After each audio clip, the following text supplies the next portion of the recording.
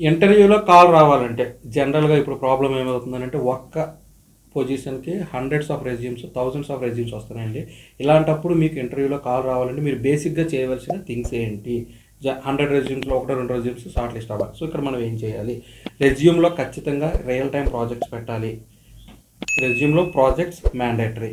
Again LinkedIn profile అనేది చాలా స్ట్రాంగ్గా ఉండాలి. అంటే రిక్రూటర్స్ లింక్డ్ఇన్ త్రూ ఎక్కువ ప్రొఫైల్స్ని షార్ట్ లిస్ట్ చేస్తున్నారు. సో మీ లింక్డ్ఇన్ ప్రొఫైల్ అనేది చాలా జాగ్రత్తగా పర్ఫెక్ట్గా డిజైన్ చేసుకోండి. లింక్డ్ఇన్ ప్రొఫైల్ అనేది అగైన్ మీరు స్కిల్స్ నేర్చుకున్నాము అని ఇంటర్వ్యూలో చెప్తే సరిపోదండి. మీరు ఖచ్చితంగా వాటిని ప్రాక్టికల్గా ఒక లింక్స్ ఫార్మేట్లో, గిట్ హబ్లో కానీ, ఒక పోర్ట్ఫోలియో ఫార్మేట్లో కానీ, ఒక ఇంటెన్సివ్ ఫార్మేట్లో కానీ మీరు ఖచ్చితంగా ఇంటర్వ్యూలో నేను ఇది చేసా, ఈ వర్క్ నాకు వచ్చు అనేది మనం రెజ్యూమ్లో ప్రాజెక్ట్ చేయాలి. Then only your resume will be selected and short listed.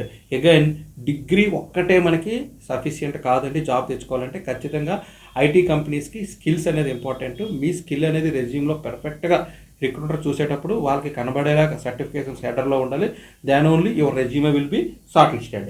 Skills plus project plus strong resume, ఈ 3 కూడా చాలా ఇంపార్టెంట్ అండి. దాని only your resume will be selected for the screening round. So ఇది తప్పనిసరి. Please follow us for more details.